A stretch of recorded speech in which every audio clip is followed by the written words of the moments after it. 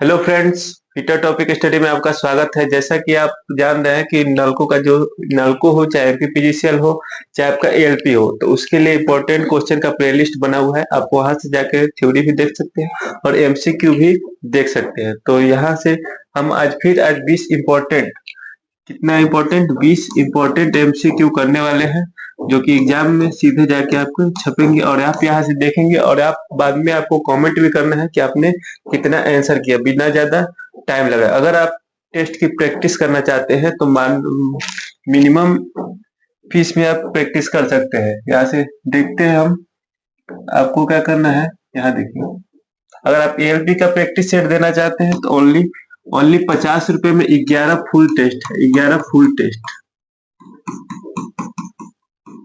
Full test मतलब कि 11 × 75 question का हो ये हो जाएगा। और आपको चैप्टर वाइज टेस्ट 50-50 क्वेश्चन के जितने चैप्टर रहेंगे उतने टेस्ट आपको इसमें मिल जाएंगे। देखिए, और इसका खासियत ये है कि अनलिमिटेड अटेम्प्ट मिलेगा। उसके बाद आप जितने बार देंगे, ये नहीं है कि आप सेम, कभी कभी क्या होता है कि ऑप्शन भी याद हो जाता है कि हाँ ये बी में हो था तो ये बी ही होगा, ऐसे तो वो नहीं होगा। हर बार आपको क्वेश्चन भी ऊपर नीचे मिलेगा और आपको ऑप्शन भी अलग मिलेगा एक टेस्ट में। तो इससे अपने और तैयारी को बूस्ट कर सकते हैं। और अब रही बात, अगर आप ऑल इन वन टेस्ट लेना चाहते हैं, ऑल इन वन टेस्ट हमारा आ जाता है आपका 99 में है, जो कि प्लेटफॉर्म फी वगैरह लेके 112 रुपये हो जा रहा है। ये ऑफर में चल रहा है, ये टेस्ट भी ले सकते हैं। इसमें आपका 15 15 फुल टेस्ट है ना। और चैप्टर टेस्ट भी है। सभी टेस्ट इसमें 50-50 क्वेश्चन के, 50-50 क्वेश्चन के। इसमें भी आप अनलिमिटेड टेस्ट दे सकते हैं। आपको जो मन हो, जिसकी भी तैयारी करना है, वो आप टेस्ट यहाँ से जाके दे सकते हैं। चलते हैं हम आज के क्वेश्चन की तरफ। तो हमारा पहला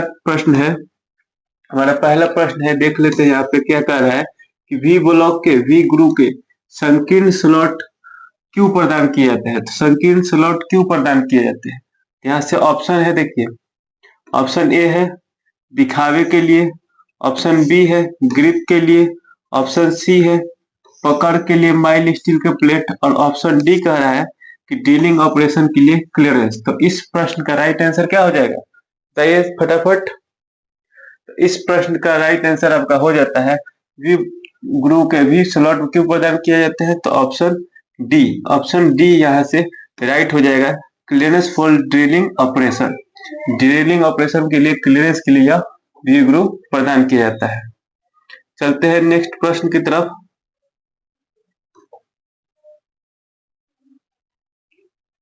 दूसरा नंबर का हमारा प्रश्न है, देखिए, कॉर्नर और ज्वाइंट पर मटेरियल को चौखोर करने के लिए किस छेनी का प्रयोग किया जाता है।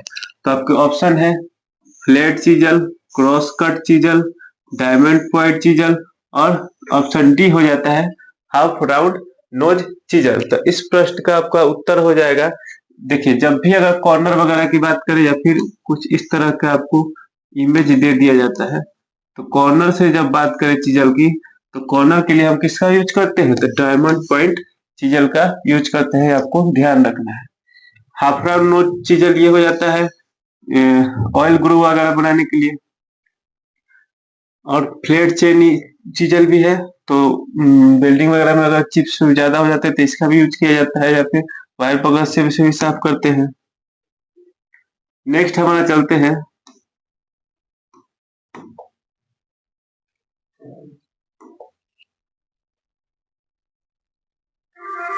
नेक्स्ट है हमारा कौन सा सॉफ्ट स्किल के अंतर्गत आता है। तो ऑप्शन है प्रतिलिपि लेखन, और मार्केटिंग विपणन है, टीम वर्क है, या विजिटिंग है। विजिटिंग हिंदी में लिखा है, तो इसका आंसर हो जाता है टीम वर्क, सॉफ्ट स्किल के अंतर्गत आता है। चलते हैं नेक्स्ट की तरफ। 4 नंबर प्रश्न 4 नंबर प्रश्न कह रहा है कि आकार की अधिकतम सीमा और मूल आकार के न्यूनतम सीमा के बीच के अंतर को क्या कहते हैं। ये इसको वीवीआई में लिख के रखना है, ये हमेशा पूछा जाता है। तो इस प्रश्न का पहले ऑप्शन देख लेते हैं, टॉलरेंस, मूल आकार, आकार की लिमिट, और अपर विचलन। तो आकार की अधिकतम सीमा और आकार की न्यूनतम सीमा के बीच के जो अंतर होता है उसे क्या बोलते हैं, टॉलरेंस बोलते हैं। ये राइट आंसर हो जाएगा। चलते हैं नेक्स्ट प्रश्न पे। नेक्स्ट प्रश्न हमारा कह रहा है कि वर्नियर हाइट गेज में मूवेबल जॉ का क्या उद्देश्य है। वर्नियर हाइट गेज एक मार्किंग टूल्स है जिसका लिस्ट काउंट कितना होता है, लिस्ट काउंट होता है 0.02 mm। इंच में बात करें तो 0.001 इंच हो जाता है, ठीक है।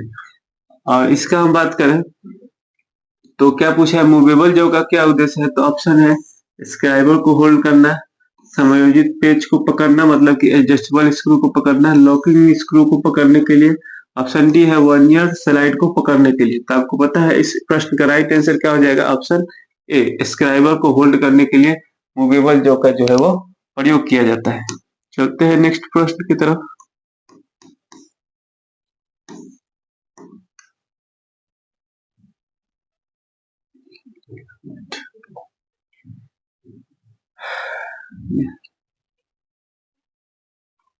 नेक्स्ट हमारा प्रश्न 6 नंबर है। ये कह रहा है कि लोहे में कौन सा सबसे शुद्ध है, लोहे में कौन से सबसे शुद्ध है। ऑप्शन है ग्रे कच्चा लोहा मतलब ग्रे कास्ट आयरन, पिटवा लोहा या रॉट आयरन, पिग आयरन या फिर कास्ट आयरन। तो सबसे शुद्ध लोहा होता है जो क्या होता है, पिटवा लोहा होता है। पिटवा लोहा सबसे शुद्ध लोहा होता है।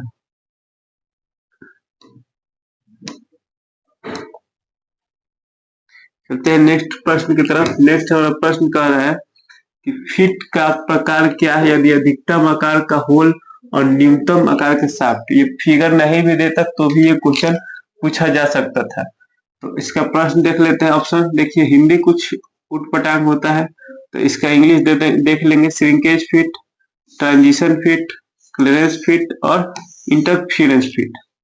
अगर हम सभी फिटों की बात करें, अगर हम श्रिंकेज फिट की बात करें तो श्रिंकेज फिट, और यहाँ से देखें ट्रांजिशन फिट। ट्रांजिशन फिट में क्या होता है, होल और शाफ्ट में शाफ्ट का साइज होल से बड़ा और छोटा दोनों होता है। क्लियरेंस फिट में शाफ्ट का साइज छोटा होता है और ट्रांजिशन फिट में सॉरी इंटरफेरेंस फिट में जो है होल से शाफ्ट जो है वो बड़ा होता है। तो यहाँ देखिए होल से शाफ्ट छोटा है तो इसलिए क्या हो जाएगा, क्लियरेंस फिट हो जाएगा। चलते हैं नेक्स्ट प्रश्न की तरफ। अगर वीडियो अच्छा लगे तो वीडियो को लाइक करते चलना है। 8वां प्रश्न हमारा कह रहा है कि जस्ता निकालने के लिए किस अयस्क का उपयोग किया जाता है। जस्ता निकालने के लिए किस अयस्क का जो है वो उपयोग किया जाता है। तो ऑप्शन है बक्साइड, गैलेना, कैलेमाइन या कैसेटेराइट। तो इस जस्ता निकालने के लिए कैलेमाइन का प्रयोग किया जाता है, इसको बात को ध्यान रखना है। बॉक्साइड अल्युमिनियम का अयस्क है, गैलेना पीबी सीसा का है। 9 नंबर प्रश्न हमारा देखिए क्या कह रहा है। 9 नंबर प्रश्न कह रहा है कि cast iron, cast iron alloy में कार्बन कंटेंट की रेंज कितना है, कार्बन का प्रतिशत पूछा गया है कास्ट आयरन में। तो ऑप्शन है 2 से 4%, 5 से 9%, ऑप्शन सी है 6 से 9%, ऑप्शन डी है 10 से 12%। तो आपको पता होगा कार्बन कंटेंट का कास्ट आयरन में कितना होता है, 2 से 4% जो होता है कार्बन होता है कास्ट आयरन में।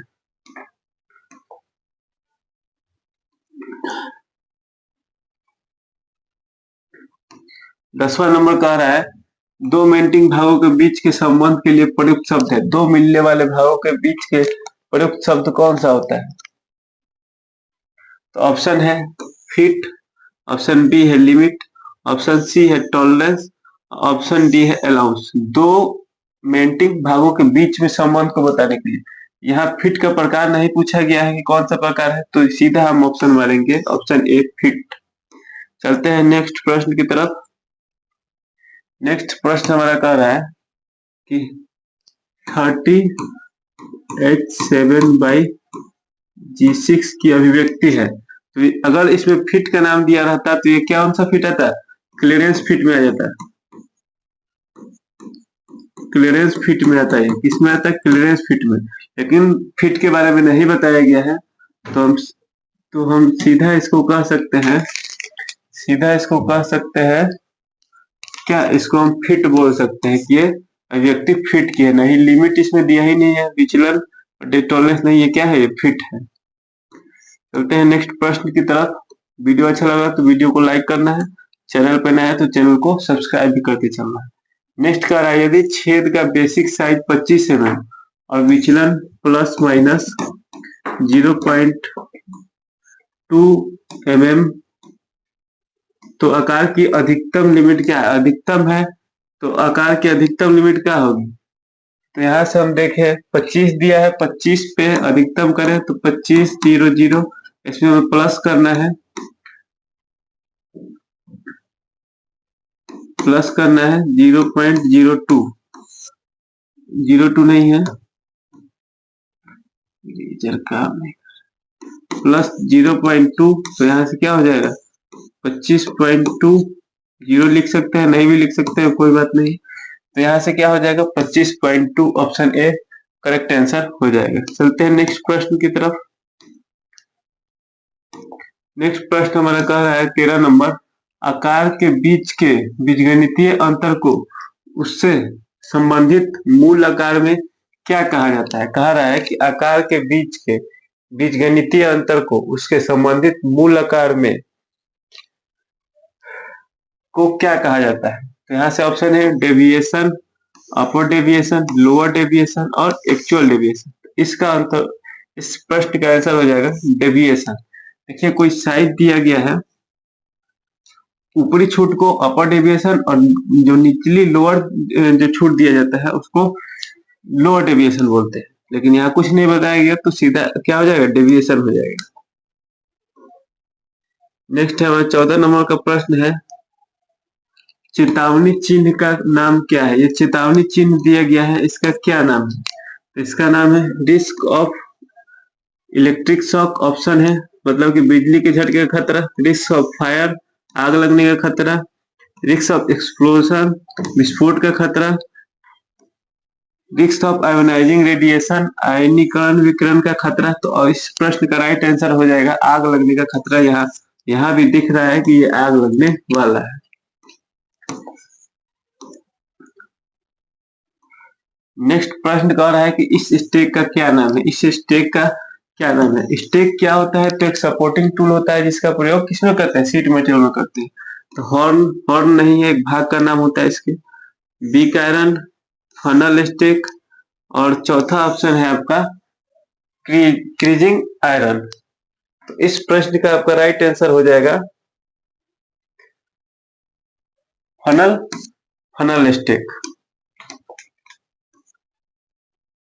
नेक्स्ट है हमारा 16 नंबर का प्रश्न, कौन सी धातु की सीट पानी और मौसम के संपर्क को झेल सकती है? तो ऑप्शन है black iron, copper seat, stainless seat या जस्ता लोहा, मतलब कि अंग्रेजी देख लेंगे जिसके नाम में दिक्कत होगा, गैल्वेनाइज आयरन।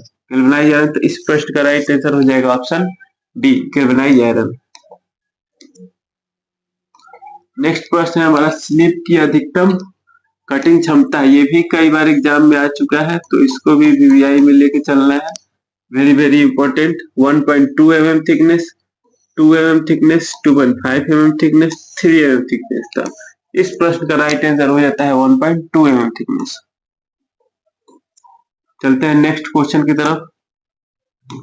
18 नंबर प्रश्न है, सीट मेटल वर्क में स्टेक का क्या उपयोग है? अभी स्टेक आया था, अभी मैंने स्टेक बताया था, तो आप उम्मीद है कर लेंगे।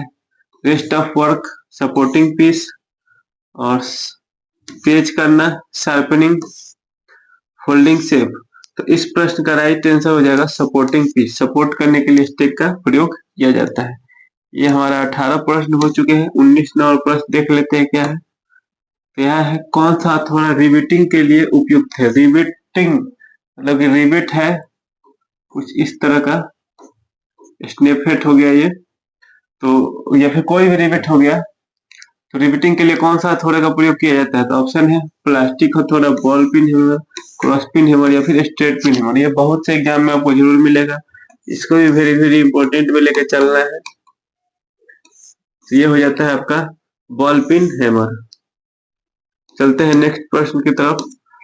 नेक्स्ट प्रश्न हमारा कह रहा है कि रेडियस गेज बनाने के लिए किस धातु का उपयोग किया जाता है? रेडियस गेज को बनाने के लिए किस धातु का उपयोग किया जाता है? तो ऑप्शन है copper sheet, aluminium, hardened steel और माइल्ड स्टील। तो इसका आंसर हो जाता है हार्डेंड स्टील, कठोर इस्पात।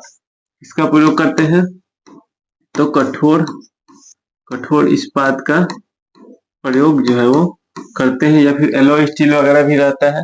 जो ऑप्शन होगा ऑप्शन के अकॉर्डिंग यहाँ पे सी है। और आपने देखा कि अगर आपको भी चाहते हैं फ्री टेस्ट वगैरह तो ऐप में एप्लीकेशन फिटर लोगो आपको ये मिल जाएगा, इस तरह का लोगो मिल जाएगा। आपको प्ले स्टोर पर जाके डाउनलोड कर लेना है, जिसमें कि आपको बहुत से फ्री टेस्ट वगैरह भी आप दे सकते हैं। चैनल पर नए हैं तो चैनल को सब्सक्राइब करें, वीडियो को लाइक करें। वीडियो देखने के लिए बहुत बहुत धन्यवाद।